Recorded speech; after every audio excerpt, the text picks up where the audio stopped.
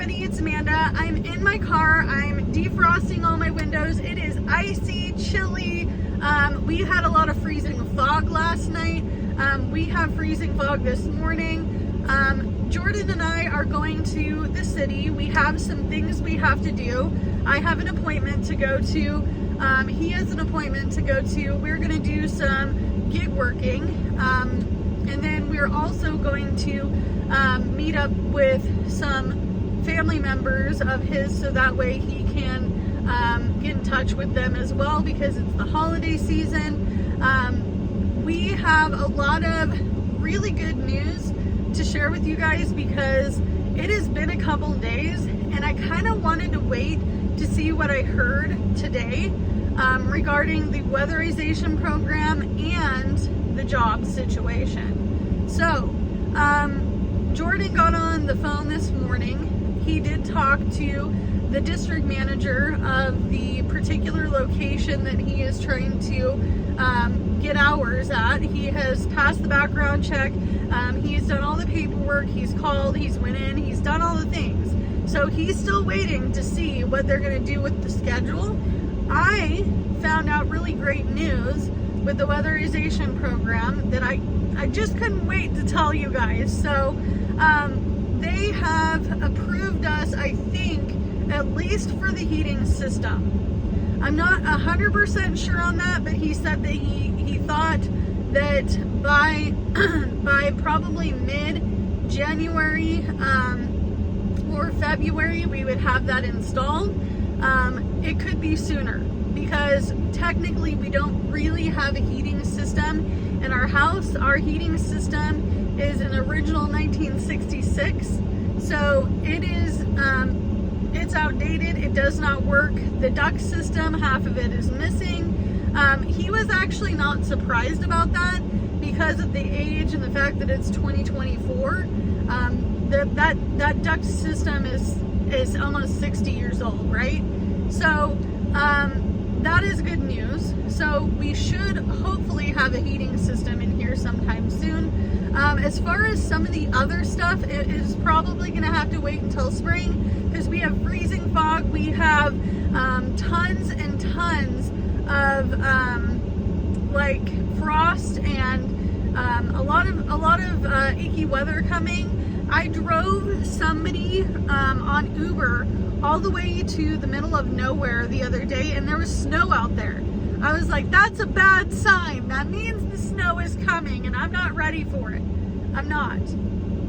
So things like insulating the floors, insulating the underbelly of our house, getting rid of all the gaps and cracks. He did go underneath our house and found out that the third bedroom that has been an addition onto our single wide has insulation. It's just not insulated properly, which is not a shock because that addition has been on there, and we technically found out that it's been on there probably since the mid 70s, early 80s. So I don't know, but I'm hoping, fingers crossed, that we get that heating system. Now, the bigger news is that I finally got a call back. And I was worried about this because the winter weather is coming. It's here. And I'm very nervous about it because I didn't want to have to necessarily drive at early times in the morning through the fog to try to get off by 3 o'clock, 3:30 to drive home through daylight and fog.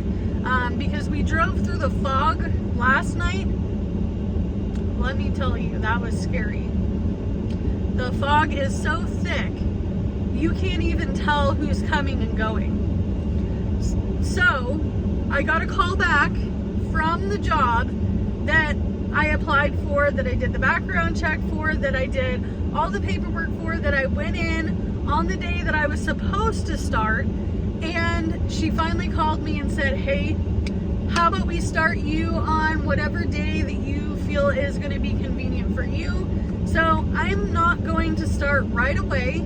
I have a little bit of a budget boo-boo that I have to fix. It's not huge. It's just abnormal for me.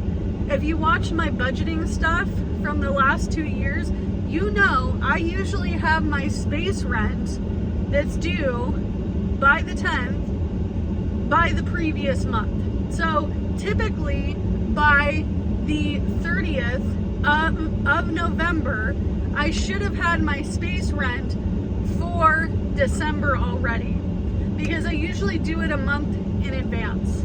Okay, I couldn't do that. I had a few financial screw ups that happened that honestly weren't really even my fault.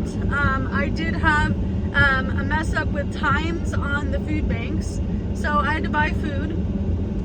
When my kids came over for Thanksgiving, we went through a lot more food than I anticipated, so I had to buy food. Another thing I had to do is I had to get an oil change, and I also had to make sure that I had enough gas, which I didn't properly budget for gas. Why? Because I wasn't thinking. I was thinking I was doing excuse me. I was thinking I was doing DoorDash. So I wasn't thinking Uber, Lyft, Spark, and I'm doing long distance driving, all the things. So I boo-booed on the gas. Is it going to be a mess up that is going to create the biggest crater in my life right now? Absolutely not. We're going to make it. It's going to happen. I will start my job. I should get another... I should get a paycheck. I shouldn't say another because I haven't gotten one yet. I should get an anticipated paycheck before the end of December, so that should help us pay the space rent as usual, on time, all the things, by the end of the month. My space rent is not technically due for another 8 days. So I have plenty of time to make that money. It sucks because usually by now I'd want to make sure that I use that money for Christmas, which I am going to do a few Vlogmas videos. I'm not sure how many, but I am going to do a few Vlogmas videos for 2024. We'll see how they do. But ultimately I wanted to come on here and say, hey, you know, things are starting to look a little bit better. This also means that even if Jordan doesn't get a job right away, at least I have something and it's in town and it's local. He has thought about going up to a few labor jobs. The reason he hasn't done that yet is because he wants to make that kind of a last resort, because it is not a job anybody wants. Nobody wants these jobs, okay? They suck. I know, because I've done one of them before and I was like, no, I don't think I can physically do this. However, he is also still looking into some plumbing apprenticeship programs. We are looking into that probably for the first of the year. So hopefully by the first of the year, he'll know a little bit more on those apprenticeship programs and what can be done. So he is on his way out the door. We're going to drive to the city today. We're going to bust a move. I'm going to have all my gig apps on. Just so you are aware, if he does not end up getting a job before I start working, he does have almost all the same gig apps I do. So somebody had a lot of confusion in a video that we made where we were both sitting in the car. They're like, is that legal? It's like, just so you are aware, we are both gig work drivers. We just only have one car. So he has the ability to work in the car while I'm at work. So that still counts as working. It still counts as working, right? He's still making money. He's paying taxes, all the things. I pay taxes. Another thing that I'm a little bit worried about is I do have to go reapply for EBT food stamps today. And I'm not going to lie, it's giving me very bad anxiety. Not that I won't get approved, but for how much, because we were already pretty low on the totem pole for the amount of money we get for the amount of people we feed. So that means that I might have to pick up the slack, and I might have to go to some food banks, or Jordan might have to go to some food banks. When I was working, he would go to the food banks. When I was working, he would be doing DoorDash, Uber, Eats, all the food delivery apps. He mostly just does food delivery apps. He also does Lyft, but Lyft is really not that busy in our area. Lyft is more of a city thing. It's not that I don't get anybody on there. It's just not as much as Uber. Not as much. And if you live in a city like LA or San Francisco or San Diego, a lot of people ask, well, why doesn't the Lyft work here? It's not that it doesn't work. It's just there's not as many drivers because most people take Ubers. And Lyft is a little bit cheaper, I will say. If you're going to be a rider, try Lyft. My cat is meowing at me outside the door. Gigi, my black cat, yes, named after Gigi from Kiki's Delivery Service, if you know anything about Studio Ghibli. She's not a male cat, but her name is Gigi because she is a full black kitty. She doesn't have any spots on her that is not black. She is so cute, and she tries to get out, and sometimes she does, but she's an inside cat. So she just explores for a few minutes, and then she realizes, oh my God, I'm outside. I'm outside, help! Because she doesn't really have any like outside survival skills. So she's meowing for me to let her into the house. We are going to take off here in a few minutes.